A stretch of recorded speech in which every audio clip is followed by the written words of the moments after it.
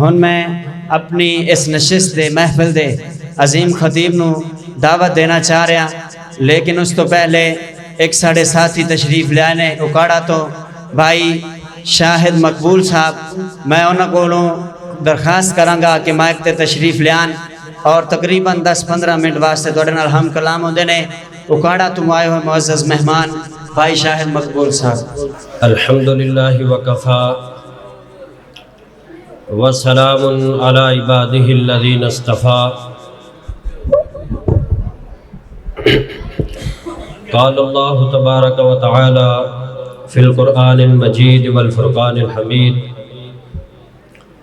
یریدون لیطفئوا نور اللہ بافواہہم واللہ متم نورہ ولو کرہ الکافرون هو الذی ارسل رسولہ بالہدی ودین الحق لیظہرہ علی الدین کلہ ولو کرہ المشرکون۔ مختصر حمد و ثنا کے بعد عظیم و شان فقید المثال آج کی یہ کانفرنس سرزمین سمندری کی نامور شخصیت بابا تبلیغ میری مراد محترم جناب مولانا بہادر علی سیف صاحب حفظہ اللہ تعالی، وہ بھی یہاں تشریف لا چکے ہیں۔ اللہ تعالیٰ ان کے علم میں، عمل میں، قول میں، فعل میں بہت زیادہ خیر و برکت عطا فرمائے۔ میں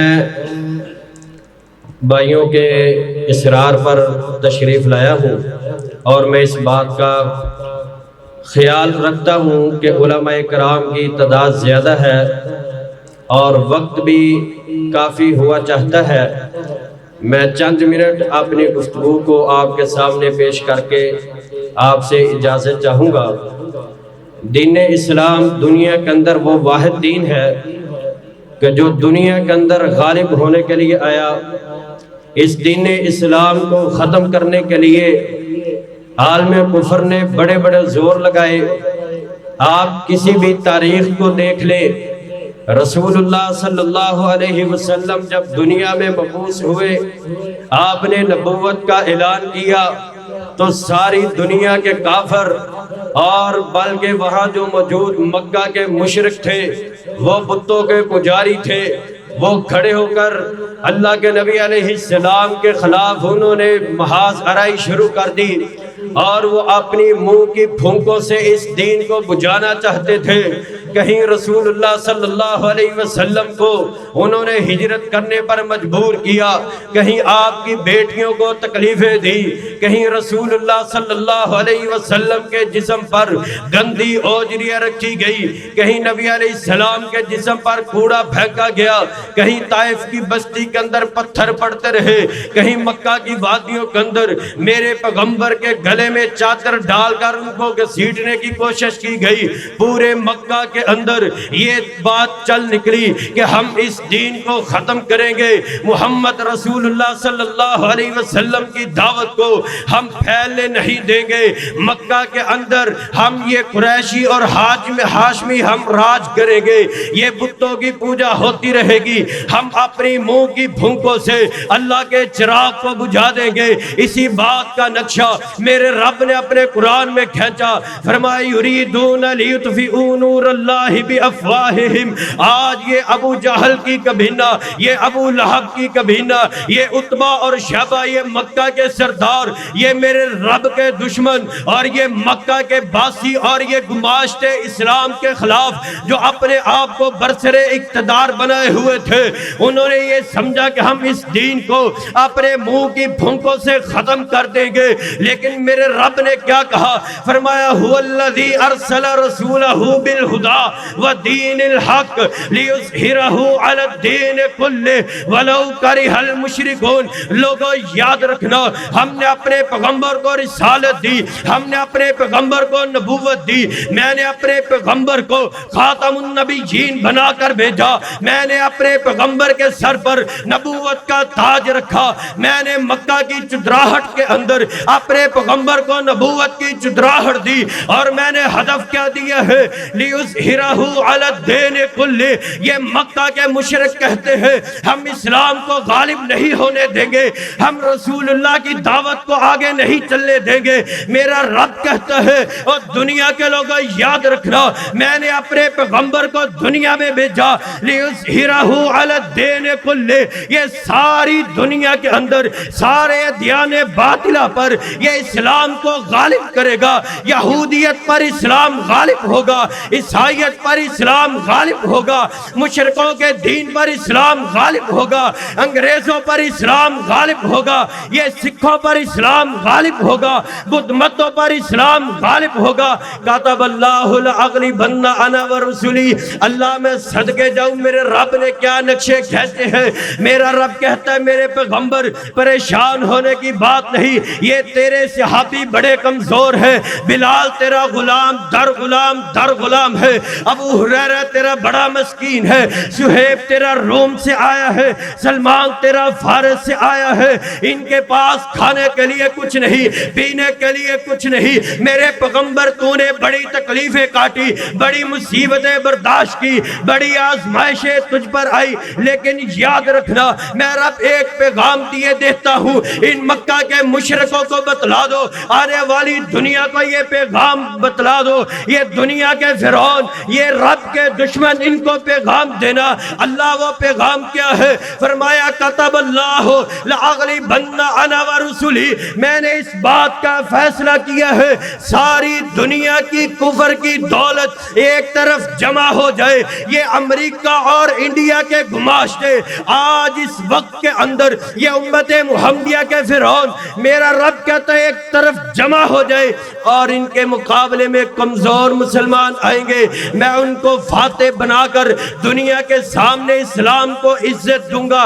اللہ وہ کیسا دن تھا جب میرے پیغمبر کمزور تھے، میرے پیغمبر کے صحابہ کرام بے ساز و سامان میدان بدر میں کھڑے تھے، میرے پیغمبر میدان میں کھڑے ہیں، آپ نے اپنے رب سے آ کے ہاتھ ملائی، رب کے سامنے ہاتھ اٹھایا اور کیا آرزو کی؟ اللہ میں یہ 313 میں اپنی محنت کی کمائی لے کر آیا ہوں، آج اگر یہ سارے کٹ گئے دنیا کے اندر تیرا نام باقی لینے والا کوئی نہیں رہے گا۔ لیکن یاد رکھیے آپ مارکہ بدر کو پڑھیے، آپ اس جنگ عظیم کو پڑھیے جہاں حق و باطل کا مارکہ ہوا تھا۔ اللہ میرے رب نے کیسا منظر دکھلایا دنیا والوں کو، چند چھوٹی عمر کے دو نوجوان معاذ اور موز کھڑے ہیں، عبد الرحمن بن عوف سے کہتے ہیں چچا جان ہمیں بتلائیں ابو جہل کون ہے؟ کہتے ہیں میں نے پوچھا بیٹا تم نے ابو جہل کا کیا کرنا ہے؟ کہتے ہیں مجھے پتا چلا۔ بتیجوں نے کہا چچا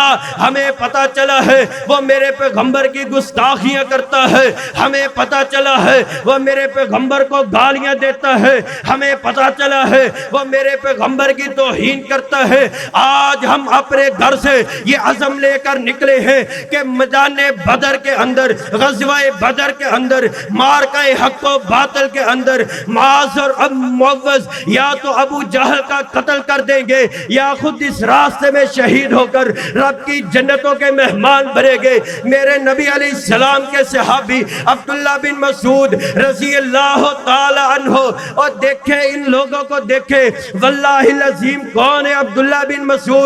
درخت پر چڑھے ہیں، ہوا آئی، عبداللہ بن مسعود کی چادر تھوڑی سی اڑی، لوگوں نے کمزور پنڈلیاں دیکھی، مذاق اڑایا، کہتے دیکھو عبداللہ بن مسعود کتنا کمزور ہے۔ اللہ اکبر، آپ میرے اس پیغمبر کے پیارے صحابی کی ایمانی قوت کو دیکھیں، جسم کا کمزور، اور آج ہم جسم کے بڑے طاقتور ہیں، ہمارے جسم بڑے تندرست اور توانا ہے۔ آپ ادھر دیکھیں ایمانی طاقت کو دیکھیں، اللہ کی قسم آج ایمانی طاقت ہم رونا روتے ہیں دنیا کے سامنے، یہ سب سے زیادہ مسلمان اس دنیا کے اندر، اس کے باوجود بھی یہ مظلومیت کا رونا روتے ہیں، ہم پر ظلم ہوتا ہے، ہم امریکہ و اسرائیل کے غلام ہیں، اور جب ایمانی طاقت جاتی رہے لوگ پھر کافروں کے غلام ہی ہوا کرتے ہیں۔ جب انسان کے اندر ایمانی طاقت موجود ہو پھر مسلمان حکمران ہوا کرتے ہیں۔ آج ایمانی طاقت کو دیکھ لے. عبداللہ بن مسعود رضی اللہ تعالی عنہ کھڑے ہیں ابو جہل کی گردن پر, اس کے سینے پر پاؤں رکھا. ابو جہل کہتا کون ہے؟ کہتا ہے میں عبداللہ بن مسعود بکریوں کا چرواہا.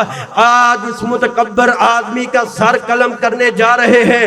اللہ کی قسم یہ اسلام کی تاریخ ہے, اسلام کی تاریخ, یہ جہادی تاریخ ہے رسول اللہ صلی اللہ علیہ وسلم کی. یہ ہے سیرت النبی. میرے پیغمبر کے جہاد کے مارکوں میں اپنے خون کو پیش کرنا, اپنے چچا کے ٹکڑے کروانا.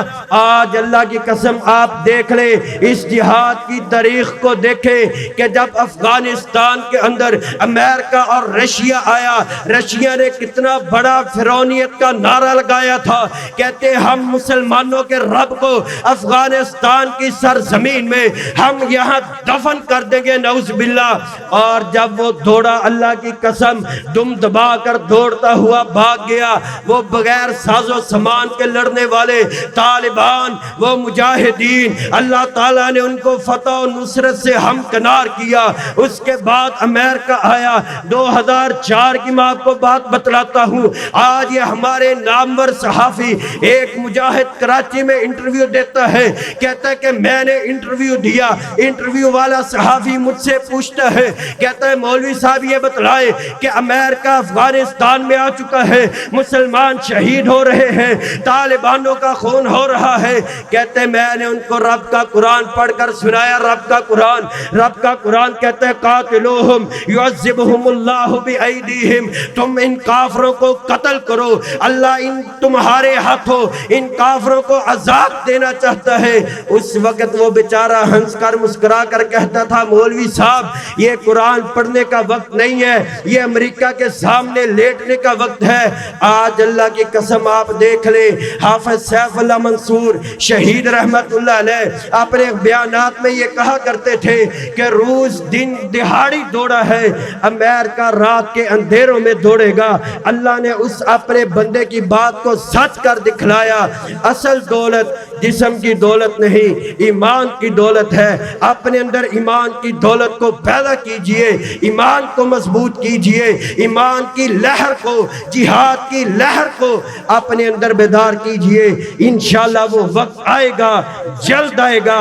کتب اللہ لأغلبن انا ورسلی, ساری دنیا کے اندر رب کا نظام ہوگا, رب کا قرآن ہوگا, اور انشاءاللہ غلبہ اسلام ہوگا.